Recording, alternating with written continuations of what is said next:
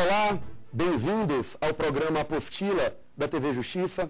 Meu nome é Léo Van Holt, sou professor de Direito Constitucional e hoje enfrentaremos o tema prerrogativas parlamentares.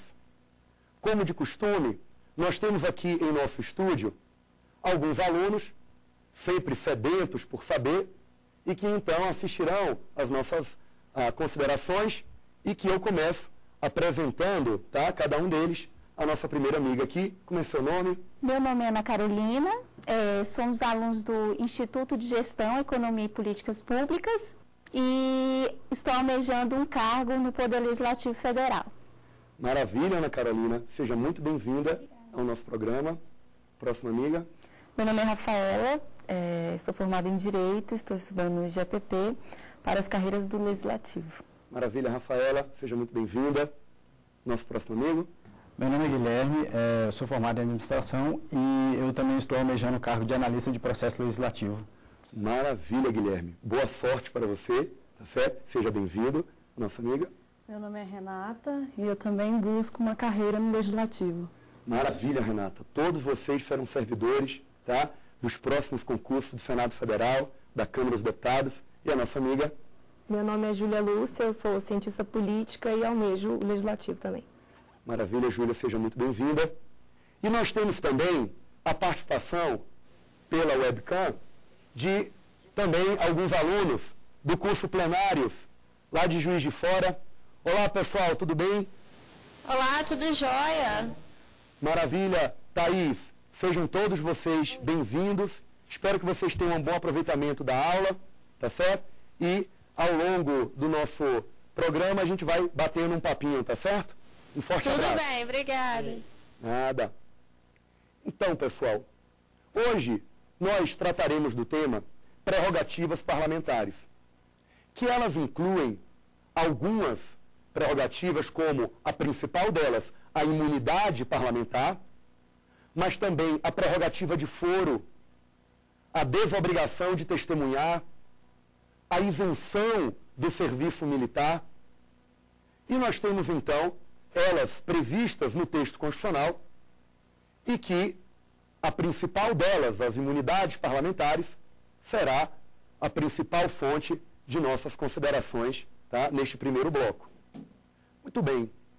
Falando de imunidades parlamentares, eu quero registrar que a sua origem histórica remonta, obviamente, ao direito inglês, já que a Inglaterra é a mãe dos parlamentos, e que na Revolução Gloriosa de 1688, mais precisamente no Bill of Rights de 1689, afirma-se que os parlamentares, eles têm prerrogativas estatais e que eles não poderão ser presos em determinadas circunstâncias e eles terão imunidade para falar, a chamada Freedom of Arrest e a chamada Freedom of Speech, tá certo? Então nós temos Freedom from Arrest e Freedom of Speech. Isso confirmado na Constituição dos Estados Unidos de 1787. Muito bem.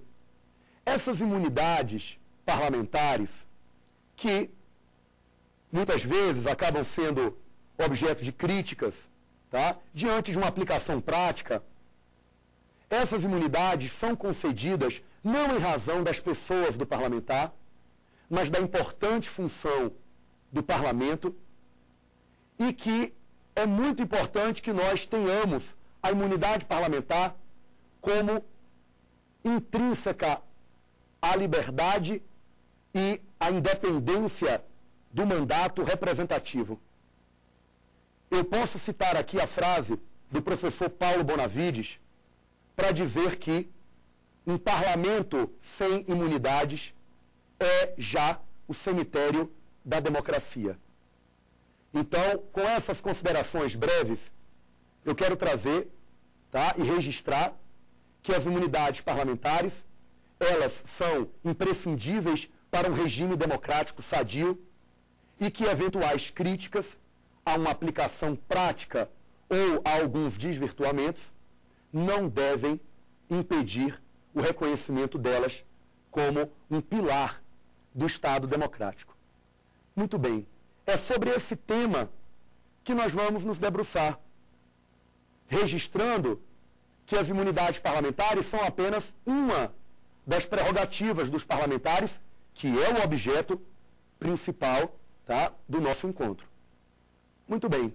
Então, nós começaremos a trazer alguns registros doutrinários e também ressaltar que o nosso encontro será recheado de jurisprudências do Supremo Tribunal Federal, para que nós tenhamos aqui a reunião de todo o conhecimento que foi amealhado, principalmente de 1988 para cá, sobre a extensão e os limites das imunidades e das prerrogativas parlamentares.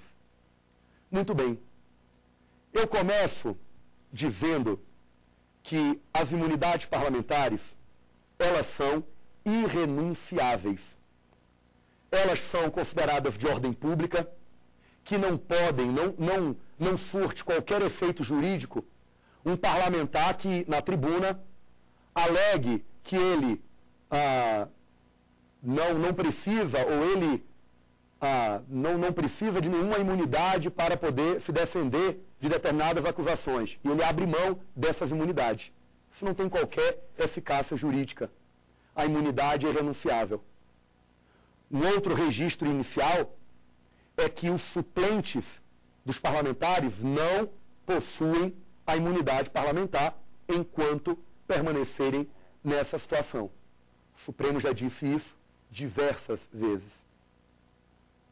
Além disso, nós temos também a observação de que um parlamentar licenciado para exercer as funções previstas no artigo 56 da Constituição, como as de ministro de Estado, secretário de Estado, secretário de Prefeitura, de Capital, esse parlamentar, enquanto houver a licença, ele também perde as suas imunidades temporariamente, mas ele mantém a prerrogativa de foro, hein?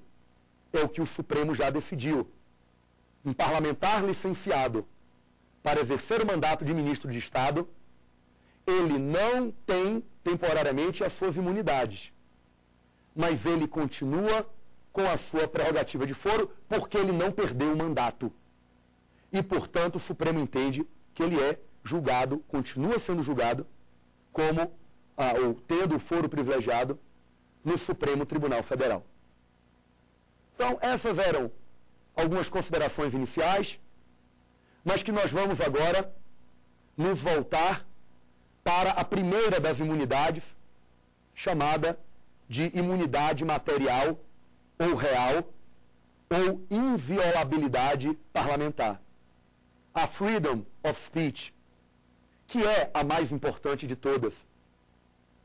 E diz a cabeça do artigo 53 da Constituição Federal que os parlamentares, deputados e senadores são invioláveis, penal e civilmente, por quaisquer de suas opiniões, palavras e votos.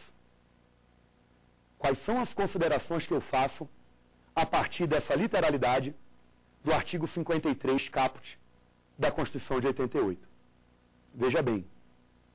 Primeiro, eu quero registrar que essa inviolabilidade parlamentar, ela abrange manifestações proferidas em todo o território nacional e até no exterior, apesar de que o direito brasileiro só se aplica no Brasil, mas é óbvio que em todo o território nacional o parlamentar federal tem a prerrogativa da liberdade de fala. Eu quero registrar também que essa imunidade material, ela, no âmbito penal, já que ela abrange um âmbito civil e um âmbito penal, no âmbito penal, eu posso citar aqui a lição de Pontes de Miranda, de Nelson Hungria, que dizem que a imunidade material, a inviolabilidade, é uma causa de exclusão do crime. O crime não chega a ocorrer diante da licitude prevista no artigo 53. A atitude do parlamentar não será ilícita, ela será lícita e a imunidade material provoca uma excludente do crime, uma causa excludente do crime. Muito bem, não chega, portanto, a se formar o delito de opinião, um crime contra a honra, uma calúnia, uma difamação parlamentar, se estiver protegido pela imunidade, não se submeterá a qualquer procedimento prévio ou propriamente criminal em razão das palavras que proferir.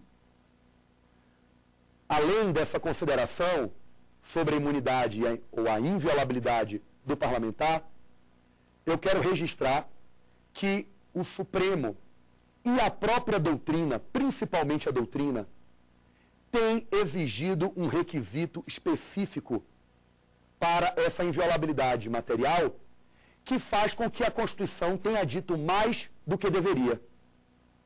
O artigo 53 diz, por quaisquer de suas opiniões, palavras e votos.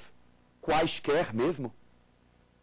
E vem a doutrina contrariando essa interpretação mais literal, dizendo que apenas as manifestações proferidas ou em razão do mandato, chamado propter officium, ou no exercício do mandato, in officio, é que estarão protegidas pela imunidade material.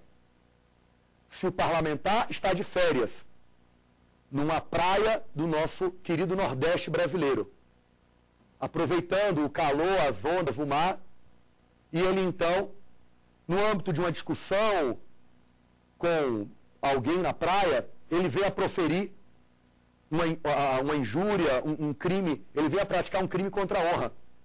Ele pode muito bem ser processado criminalmente, apesar de que ele vai ser processado no Supremo, já que a gente vai ver que ele tem prerrogativa de foro no Supremo. Mas ele não está protegido pela imunidade material, porque as palavras dele não têm relação com o mandato parlamentar, o que seria também o exemplo de uma discussão de trânsito. Tá? Eu quero dar um exemplo um pouco mais elaborado. E esse exemplo o Supremo deu quando decidiu que manifestações com finalidade político-eleitoral, elas não estão abrigadas pela imunidade. Isso o Supremo veio a afirmar, tá? No inquérito 1400, tá? Que consta do informativo do Supremo 293. No inquérito 1400, nós tivemos a afirmação de que o parlamentar candidato que sobe em um palanque e profere palavras injuriosas de um opositor, tá, de um outro candidato, ele não está no exercício do mandato representativo popular, que fiscaliza principalmente o executivo e legisla. Ele está ofendendo um adversário político. E isso não está abraçado ou protegido pela imunidade material. Eu quero trazer uma outra jurisprudência do Supremo sobre a imprensa. O que um parlamentar fala no exercício do mandato protege o veículo de comunicação que simplesmente reproduz a fala do parlamentar? Com certeza, a imprensa estará também protegida por essa mesma imunidade material, por extensão, desde que ela se limite a reproduzir ipsis literis o que o parlamentar disse. Tá? Isso foi dito no agravo de instrumento 473-092 do Acre. Tá certo? É uma outra observação que eu queria trazer sobre essa imunidade material. Lembrando também que essa imunidade, ela persiste mesmo quando o mandato finda. O que é que eu quero dizer? Todas as palavras que o parlamentar proferiu durante o mandato, ao seu término, não serão agora objeto de uma avalanche de ações. Ele estará protegido, mesmo depois do término do mandato, de palavras que ele proferiu durante o mandato na com uma relação com o exercício desse munus público. Então, portanto, o parlamentar tem, tá, essa proteção mesmo depois de findo o mandato. Essas eram as considerações básicas sobre a imunidade material ou inviolabilidade.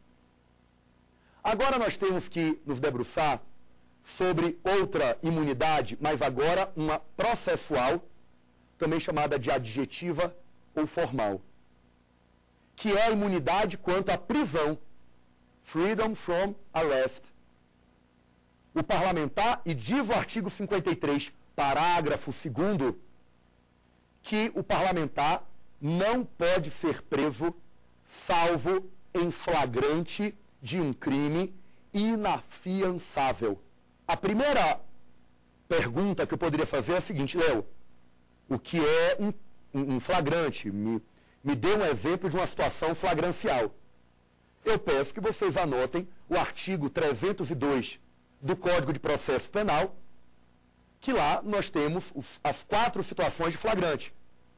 Cometeu o crime, está cometendo o crime, acabou de cometer o crime, ou ele é perseguido logo após cometer o crime, é perseguido pela polícia logo depois do cometimento do crime. O crime está queimando. É a ideia da situação flagrancial. O parlamentar, se cometer um crime inafiançável e se for preso em flagrante. E aí vem a segunda pergunta: o que é um crime inafiançável? Eu vou registrar aqui a Lei 12.403 de 2011. A Lei 12.403 modificou os artigos 323 e 324 do Código de Processo Penal, que traz as hipóteses de inafiançabilidade de um crime. Não cabe o indivíduo pagar uma fiança para responder o processo em liberdade. O crime é inafiançável. Basicamente, os principais casos são aqueles relacionados com hipóteses de inafiançabilidade previstas na Constituição Federal, no artigo 5º, incisos 42 a 44. E eu vou citá-los: o crime de racismo, o crime de tráfico de drogas, de tortura, de terrorismo, os crimes definidos em lei como hediondos e a ação de grupos armados contra o Estado Democrático. São os crimes inafiançáveis a partir do que diz a Constituição, artigo 5º, incisos 42 a 44. Ou seja, é possível que um parlamentar seja preso em flagrante pelo cometimento de um crime de tortura ou de tráfico de drogas. É possível. Muito bem. Só que nós temos outra questão que eu posso levantar aqui.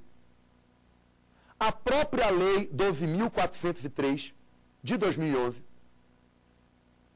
no artigo 310 do Código de Processo Penal, alterando o artigo 310 do Código de Processo Penal, a Lei 12.403, ela diz o seguinte, e preste atenção no que eu vou te dizer agora.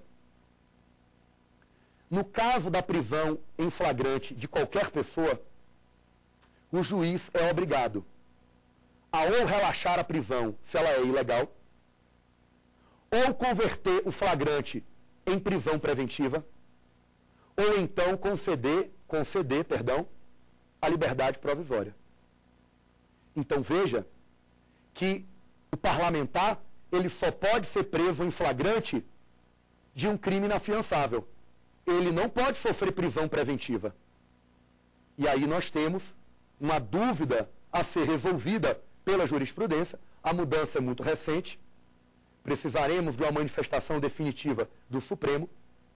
Mas, numa primeira análise, me parece que o parlamentar não pode ter a sua prisão convertida em flagrante em uma prisão preventiva. O parlamentar preso em flagrante, o juiz vai acabar tendo que soltá-lo por converter essa prisão em flagrante em liberdade provisória. Então, por esta alteração legislativa, eu creio que o artigo 53, parágrafo 2º, quando diz que a prisão, se ocorrer, ela vai ser submetida em 24 horas a uma deliberação da Casa Legislativa que, pelo voto aberto, não é fechado, da maioria de seus membros, isso é maioria absoluta, resolva sobre a prisão. E diz o Adila Mego Bulos, a maioria absoluta é indispensável para manter a prisão, para permitir a formação de culpa, para permitir que o indivíduo realmente seja preso e que haja o entendimento de que ele tem indícios, há indícios do crime e que ele é o autor deste fato delituoso, o parlamentar. Então, a deliberação de maioria absoluta é para manter a prisão. E, portanto, a deliberação deve acontecer, mas eu quero lembrar que o artigo 310 do Código de Processo Penal talvez torne esse dispositivo constitucional, em uma certa medida, tá, pouco eficaz. Porque o juiz já terá que converter essa prisão em flagrante em liberdade provisória. Se nós entendermos, apesar de que a jurisprudência ainda vai se posicionar, se o parlamentar pode ter a prisão em flagrante convertida em preventiva. Muito bem. Sobre a imunidade contra a prisão, eu vou arrematar com a seguinte informação doutrinária. Entende-se na doutrina que a imunidade contra a prisão abrange a prisão civil. Parlamentar não pode sofrer prisão civil. Por outro lado, a imunidade contra a prisão não protege o parlamentar contra a prisão criminal definitiva, aquela decorrente de uma sentença penal transitada em julgado. Sentença penal condenatória transitada em julgado. Então, nós temos o entendimento de que a imunidade protege o parlamentar da prisão civil, mas não protege de uma prisão criminal definitiva. Muito bem. A próxima imunidade é a do processo criminal, que é de que o parlamentar se ele praticar um crime antes da diplomação, o ato que acontece na justiça eleitoral depois das eleições, eu tenho uma imunidade prevista no artigo 53, parágrafo 3º, que dizia, antes de uma emenda constitucional número 35 de 2001, essa emenda constitucional número 35, ela trouxe uma imunidade quanto ao processo criminal que era muito benéfica para a pessoa do parlamentar e justificava as críticas de que isso gerava impunidade. E a emenda 35 transformou essa imunidade em algo muito mais brando, a ponto de Raul Machado Horta defender que a emenda 35 violou a cláusula pétrea da separação de poderes. Mas isso é posição minoritária, porque a maioria da doutrina defende que é possível mesmo que hoje em dia nós tenhamos uma imunidade quanto ao processo criminal muito menos efetiva. E qual seria ela? Ela vai trazer a possibilidade de, se o parlamentar cometer um crime antes da diplomação, não tem mais imunidade processual nenhuma. Mas se o crime ocorreu após a diplomação, é possível que um partido político representado no Congresso peça a paralisação do processo criminal, lembrando que essa paralisação ela só deve existir quando houver indícios de perseguição ao parlamentar e, portanto, o partido político pede para paralisar o processo. E essa paralisação diz a letra do artigo 53 que a deliberação deve acontecer em até 45 dias do pedido da paralisação. E esta paralisação pode acontecer até o final do processo. E enquanto o processo estiver paralisado, está suspensa a prescrição do crime. E nós temos, então, essa observação da diminuição dessa imunidade processual criminal, que a doutrina diz que passou do princípio da não processabilidade do parlamentar para o princípio da processabilidade do parlamentar. Antes se exigia uma prévia licença. Agora basta que haja um aviso prévio do Supremo por crimes praticados crimes ocorridos após a diplomação, tá certo? É que nós temos a possibilidade de o Supremo comunicar este fato à casa respectiva e que pode haver a paralisação a partir disso aí. A última das prerrogativas que eu vou comentar é a prerrogativa de foro. E a prerrogativa de foro, então, ela traz o direito de os parlamentares serem julgados criminalmente no Supremo a partir também da diplomação. Veja que as imunidades vieram todas desde a diplomação. E o parlamentar, portanto, por crimes que tenham ou não tenham relação com o mandato, anteriores ou posteriores à diplomação, esses crimes todos serão julgados pelo Supremo Tribunal Federal.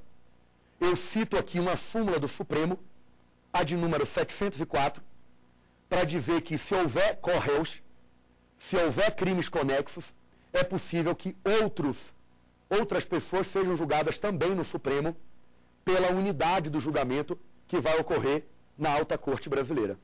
A prerrogativa de foro, ela é então prevista no artigo 53, parágrafo 1º. Eu só quero registrar que dentro das prerrogativas parlamentares ainda existem a prerrogativa de um indivíduo não ser obrigado a testemunhar sobre fatos que foram revelados a partir do exercício do mandato e a desobrigação também de ser incorporado às Forças Armadas. Tudo isso previsto nos parágrafos 6º, 7º e 8º do artigo 53. As prerrogativas parlamentares, que é o gênero, e as imunidades parlamentares estão previstas todas no artigo 53 da Constituição. Essas eram as nossas breves considerações sobre o tema.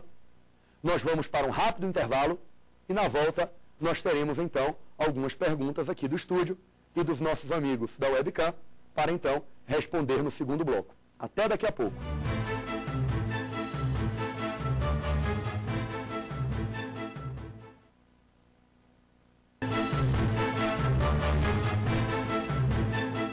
Muito bem, neste segundo bloco, nós teremos, então, a oportunidade de os amigos, os alunos aqui do estúdio, fazerem algumas perguntas, assim como algumas perguntas também do pessoal que nos assiste e que participa do programa pela webcam.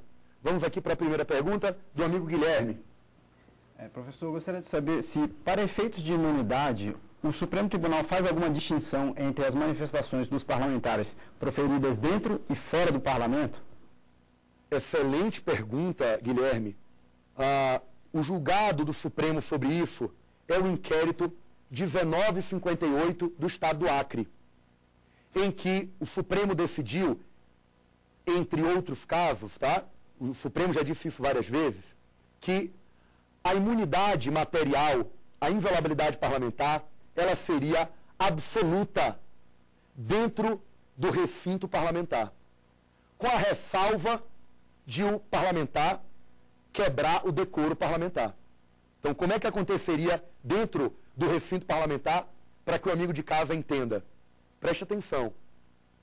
O parlamentar, se ele proferir um discurso racista, sexista, homofóbico ou de algum modo atentatório contra uma sociedade solidária e respeitadora da dignidade humana, esse parlamentar, se ele quebrar o decoro parlamentar, ele pode sofrer um processo de cassação. Mas a imunidade é absoluta. Ele não vai responder civil e penalmente. É o que o Supremo tem entendido, Guilherme. Agora, se estas palavras fossem proferidas fora da casa parlamentar, por exemplo, numa praia, como o exemplo que eu dei, o parlamentar que profira ou que pratique um ato racista e que ele venha a ofender a honra de alguém, e isso não tem relação com o mandato, ele pode quebrar o decoro, ele pode sofrer uma indenização civil, uma ação de indenização por perdas e danos, e responder criminalmente. Porque fora da casa legislativa, eu exijo o requisito do propter ofício, da vinculação com o mandato, e que se fora da casa legislativa isso não ocorreu, o parlamentar responde por tudo. Quebra de decoro, responde civil e penalmente. Dentro da casa, o Supremo entendeu que a imunidade é absoluta. Daí que o parlamentar não responde civil ou penalmente, mas ainda assim pode sofrer um processo de cassação por quebra de decoro. Ok, Guilherme? Muito boa pergunta. Vamos para a pergunta dos nossos amigos, tá, do curso plenários. Manda, Thaís. Professor, a imunidade material abrange as manifestações do parlamentar na internet, nas redes sociais, por exemplo? Ora, Thaís, sem dúvida, eu só quero lembrar o seguinte, que se o Twitter do deputado ou do senador, o Orkut, ou o Facebook, ou o que for, essa atuação do parlamentar é fora do recinto parlamentar. E as palavras que ele proferir terão que ter vinculação com o mandato. Se tiverem vinculação com o mandato, a resposta, Thaís, é que a gente vai associar com o que eu respondi ao Guilherme. Se nós tivermos as manifestações com relação com o mandato, ótimo. Se elas não tiverem relação com o mandato, as palavras proferidas no Twitter e nas redes sociais não estarão acobertadas pela imunidade. Agora, o Supremo já julgou um caso, tá? Foi o caso do inquérito 2130, que foi registrado no informativo 365 do Supremo, em que nós tínhamos um boletim semanal do parlamentar que emanava do seu gabinete e que ia para a internet. O gabinete do parlamentar é a extensão do parlamento. Então, aquele boletim semanal, Thaís, era, na verdade, uma extensão do próprio parlamento. E, portanto, as palavras foram proferidas dentro do parlamento, já que o gabinete é a extensão do parlamento e o boletim semanal era divulgado pelo gabinete do parlamentar. E, portanto, essas palavras e essas manifestações, neste caso concreto, estavam acobertadas por uma imunidade, entre aspas, absoluta, salvo quebra de decoro. Ok? Então, é isso que eu gostaria de responder para vocês. Tá certo? Próxima pergunta aqui do estúdio, da Rafaela. Professor, eu gostaria de saber se um parlamentar pode ser conduzido coercitivamente para depor como testemunha em caso de não comparecimento? Olha só, o que a colega Rafaela respondeu ou perguntou foi o seguinte: um parlamentar, ele é intimado para depor e ele não comparece. Ele pode ser obrigado ou ele pode ser conduzido coercitivamente para depor? Veja bem, existe uma prerrogativa do parlamentar de não ser obrigado a testemunhar sobre pessoas ou fatos de que ele teve conhecimento no exercício do mandato. Isso está no parágrafo 6º do artigo 53. Porém, Rafaela, esta prerrogativa não é aplicada quando o parlamentar está na condição de cidadão comum. O parlamentar, digamos que ele presenciou um crime e que ele, portanto, vai testemunhar como a única testemunha ocular daquele crime. O parlamentar é obrigado a testemunhar. Não confundam uma outra observação que a legislação processual traz.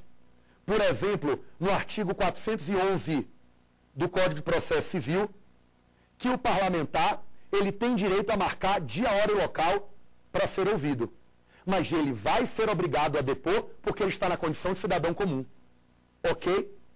Então, é isso que eu quero que vocês entendam. Neste caso, de o parlamentar ser obrigado a testemunhar, porque ele está na condição de cidadão comum, ele não pode ser conduzido coercitivamente. Diz a jurisprudência do Supremo. Isso foi dito, tá, no inquérito 2839 do Distrito Federal. Isso dito no informativo e noticiado no informativo 563 do Supremo. Tá certo? Então nós temos a possibilidade de o parlamentar ser obrigado a depor, se ele estiver na condição de cidadão comum. Ele não é obrigado a depor se ele iria depor sobre fatos que ele obteve conhecimento em razão do mandato, mas se ele está na condição de cidadão comum, ele é obrigado a depor, mas ele tem direito a marcar dia, hora e local, como diz a legislação processual, e, portanto, ele não pode ser conduzido coercitivamente a partir daquela liberdade contra prisões. É o que o Supremo decidiu. Quem quiser, leia o julgado que eu citei aqui. Vamos para uma pergunta lá do plenário, lá de Juiz de Fora. Professor, a imunidade processual do parlamentar permite a paralisação de inquéritos policiais ou ações de natureza civil? Olha, Thaís, não. O Supremo entende que a paralisação ela é feita em relação a processos criminais. Processos de natureza civil, uma ação popular, uma ação de improbidade, não podem ser paralisadas por esta prerrogativa prevista no 53, parágrafo 3º. Não pode, não. Apenas processos criminais poderão ser paralisados e, como eu falei, o pedido de paralisação é feito por um partido político e ele tem que ser apreciado em até 45 dias a contar do seu recebimento e a paralisação pode ocorrer até o final da ação e nós temos uma paralisação que suspende a prescrição do crime. Tá certo? Inquéritos policiais também não podem ser paralisados a partir do entendimento do Supremo. E com esses esclarecimentos, então, nós finalizamos este bloco e partimos, então, no próximo bloco, para o nosso quiz das 10 perguntas. Até daqui a pouco.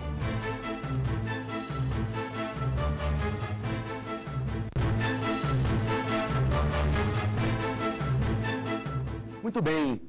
Nesse terceiro bloco, nós teremos o nosso quiz com as 10 perguntas que o professor propõe aos alunos aqui do estúdio, para que eles possam marcar, tá, com um controle remoto. Você me empresta aqui, Júlia, por favor. Nós temos aqui a marcação das proposições 1, 2, 3 ou 4. Vocês apontam para o placar e que, por favor, vocês, então, tragam a partir do que nós falamos em sala de aula.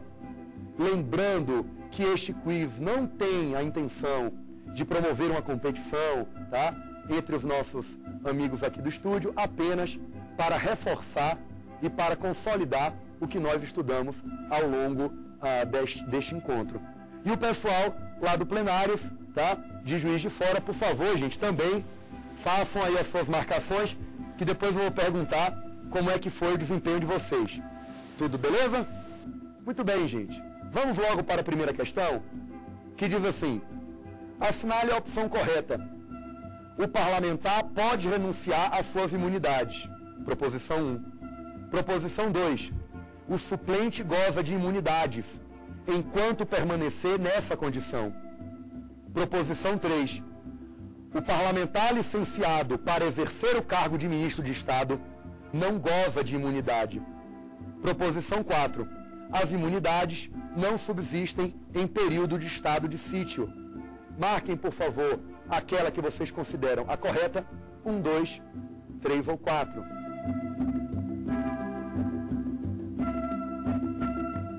Muito bem, já com as devidas marcações, vamos para a explicitação da alternativa correta. Número 3. Eu falei que parlamentar licenciado para exercer cargo de ministro não mantém as imunidades processuais e materiais, porém mantém a prerrogativa de foro, que é diferente, tá certo? Então, a alternativa 3 é a correta e nós dissemos isso de maneira explícita, tá? Nas nossas observações. Vamos para a próxima questão, em que ela diz assim: a imunidade material do parlamentar. 1. Abrange manifestações com finalidade político-eleitoral. 2. Protege-o apenas na esfera penal, mas não quanto a uma eventual indenização civil. 3. Persiste, ainda que ele abuse da prerrogativa, ao proferir um discurso racista. 4. Não o protege se as palavras não tiverem relação com o mandato. Por favor, marquem a proposição que vocês consideram correta.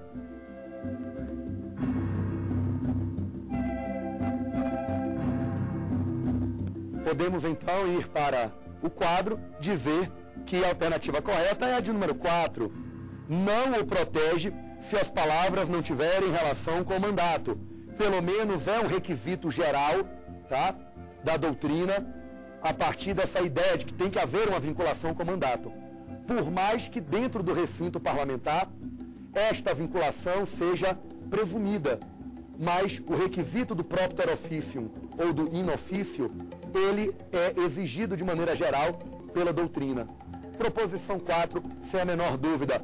Próxima questão. Se um senador proferir da tribuna do Senado Federal um discurso virulento que manifestamente atenta contra a dignidade de determinado segmento social, ele pode, 1. Sofrer um processo de cassação, caso tenha quebrado o decoro parlamentar. 2. Sofrer uma ação de indenização civil de perdas e danos. 3. Sofrer um processo criminal pelos delitos contra a honra que cometeu. Ou 4. Ter os seus direitos políticos cassados. Por favor, marquem a alternativa correta.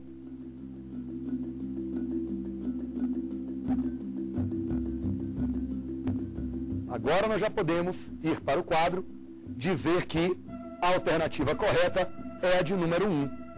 Quando o parlamentar profere uma palavra, uma manifestação, tá, dentro da casa parlamentar, gente, o que pode acontecer com ele é a quebra de decoro parlamentar e um processo de cassação. Porque eu falei que a imunidade ela seria absoluta de acordo com a jurisprudência do Supremo, salvo a possibilidade de quebra de decoro. Fora da Casa Legislativa é que eu tenho a necessidade de fazer uma análise de uma vinculação com o mandato. Mas dentro da Casa Legislativa, ele não vai responder civil, penal, ele só pode sofrer o processo de cassação por quebra de decoro parlamentar. Proposição 1 é a correta. Vamos então para a próxima questão. No caso de prisão em flagrante de parlamentar pelo cometimento de crime inafiançável, os autos devem ser encaminhados em 48 horas à Casa Legislativa respectiva. Proposição 2. Os seus pares devem deliberar sobre a prisão em voto secreto. Número 3. É possível o relaxamento da prisão pelo Poder Judiciário em caso de uma prisão ilegal, de ilegalidade. Proposição 4. A deliberação sobre a prisão ocorre pelo voto da maioria relativa de sua casa. Marquem, por favor, a alternativa que vocês consideram correta.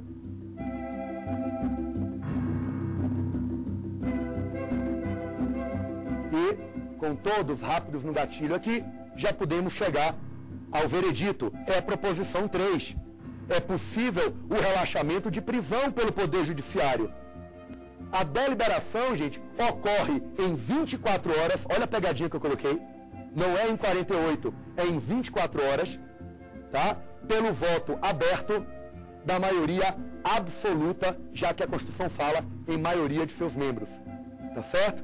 Cada detalhe do texto constitucional pode ser objeto de uma prova, de uma possível questão de um concurso público. Tá certo? E, portanto, a proposição 3 é a correta.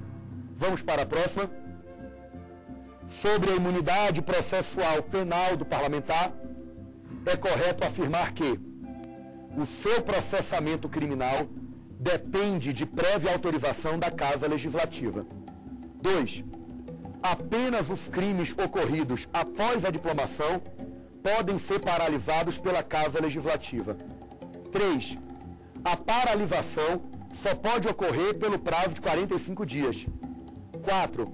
a sustação do processo será decidida pelo voto aberto da maioria relativa dos seus pares. Marquem, por favor, a alternativa que vocês consideram correta. Bom, outra questão que nós tínhamos alguma pegadinha. Qual é a alternativa correta? Apenas os crimes ocorridos após a diplomação podem ter a possibilidade de paralisação pela Casa, a partir do que diz o artigo 53, parágrafo 3º. A proposição 3 diz que a paralisação tem um prazo máximo de 45 dias. Não é isso que eu disse aqui.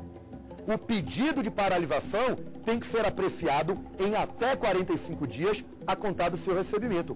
Não que a paralisação tenha um prazo de 45 dias. Tá? Era a questão a proposição que eu poderia imaginar que vocês, principalmente, poderiam se enganar. Tá? Então, é a proposição 2. E nós vamos para a próxima questão. Sobre o pedido de sustação do processo criminal contra o parlamentar. 1. A sustação não provoca a suspensão da prescrição do crime. 2. O pedido pode ser feito por qualquer membro da mesma casa legislativa do acusado. 3.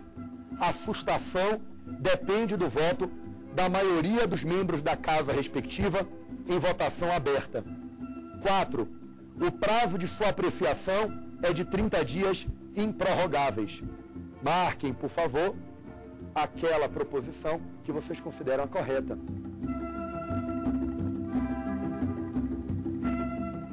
Podemos ir então ao resultado dessa questão, que é a proposição 3. A sustação depende do voto da maioria dos membros da Casa, maioria absoluta, em votação aberta. Portanto, nós temos isso na letra do artigo 53, parágrafo 3º.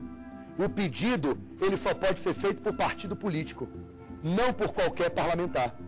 E, portanto, não tem qualquer outra possibilidade de não ser a questão, a proposição 3, a verdadeira. Tá certo? Nós vamos agora para a próxima questão, que diz assim: um parlamentar que responda a um processo por crime militar, pela prática de um crime militar, praticado antes da diplomação. Proposição 1. Com a posse, continua a responder o processo no juízo de primeira instância. 2. Com a diplomação, o processo sobe para o Supremo e lá permanece, mesmo que renuncie ao mandato parlamentar. 3. Com a posse, o processo passará a ser julgado pelo Supremo. 4. Com a diplomação, o processo é encaminhado para o Supremo, mas volta à Justiça de origem se o parlamentar perder o mandato. Por favor, marquem a alternativa que vocês consideram a correta.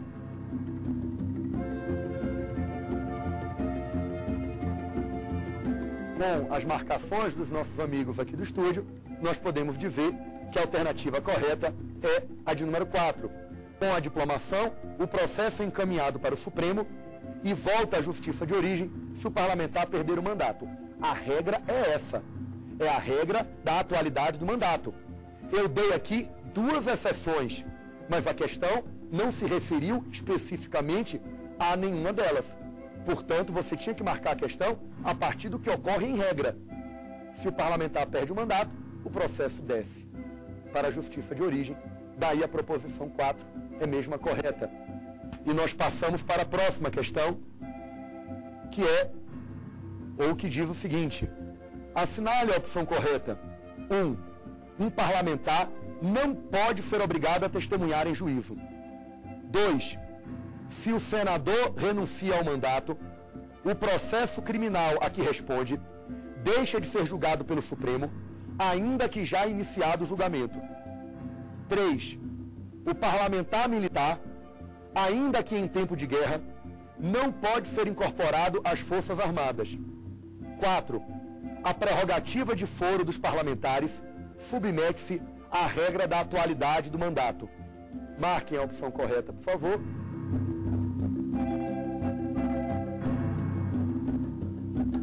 Portanto, a partir do que os colegas marcaram, vamos ver, a alternativa correta é a de número 4. a prerrogativa de foro dos parlamentares submete-se à regra da atualidade do mandato.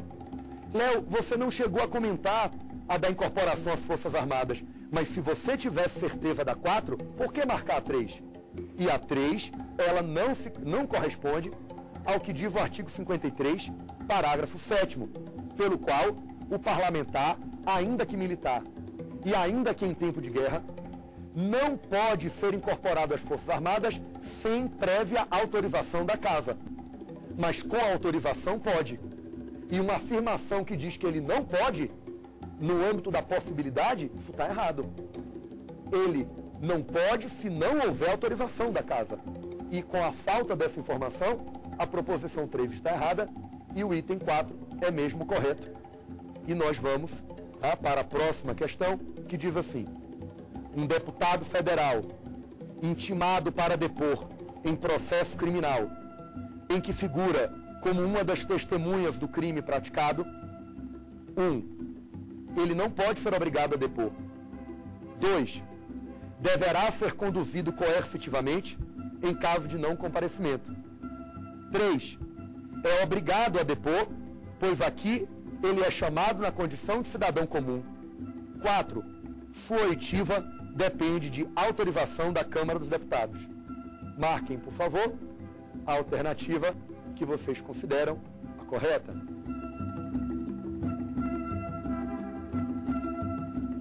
Com as devidas marcações dos nossos amigos do estúdio, nós vamos para a alternativa correta.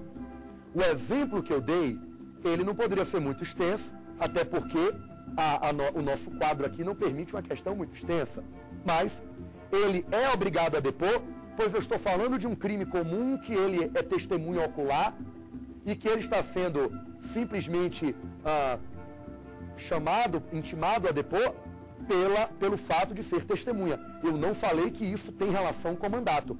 Ele não é obrigado a depor se as informações ou as pessoas que lhe prestaram alguma informação têm vinculação com o mandato. Estou falando que ele foi testemunha de um crime. Ele é obrigado a depor pelo que eu expliquei aqui. Essa é a proposição correta, a de número 3.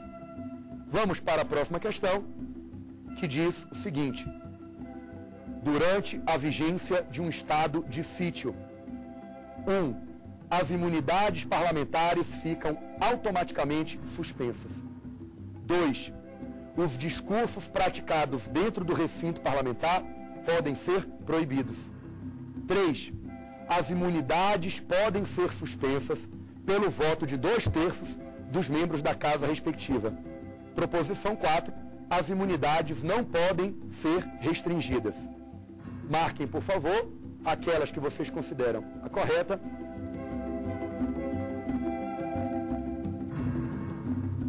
Com as devidas marcações dos nossos alunos aqui do IGEPP, nós temos, então, a alternativa correta como a de número 3.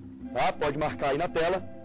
A de número 3 é a alternativa correta, gente, pois diz o artigo 53, parágrafo 8º, que as imunidades podem ser suspensas pelo voto de 2/3 dos membros da casa respectiva em relação a atos praticados fora do recinto parlamentar que sejam incompatíveis com a execução do estado de sítio. Os atos praticados dentro do recinto parlamentar não podem ser restringidos, não. Os que podem ser são os praticados fora do recinto parlamentar, o que faz com que a proposição 3 seja a alternativa correta. Tá certo? A partir da apuração do resultado do nosso quiz, nós tivemos então a constatação de que a nossa amiga Ana Carolina foi a vencedora do nosso quiz. Meus parabéns, Ana Carolina. Tá? Obrigada. Receba com muito carinho esse kit, apostila. Tá? Obrigada, professor. Sucesso para você. Agradeço imensamente a todos vocês, tá certo? Pela participação no nosso programa. Pessoal do Plenários, como é que foi, Thaís, o rendimento de vocês aí? Foi muito bom. Quem ganhou aqui foi o Tiago.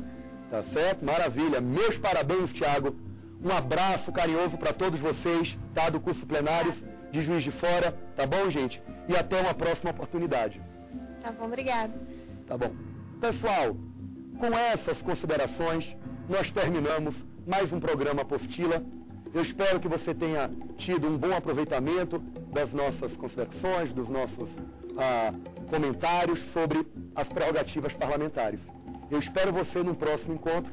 Meu nome é Léo Varrote e esse é o programa Apostila da TV Justiça. Até uma próxima oportunidade. Tchau, tchau.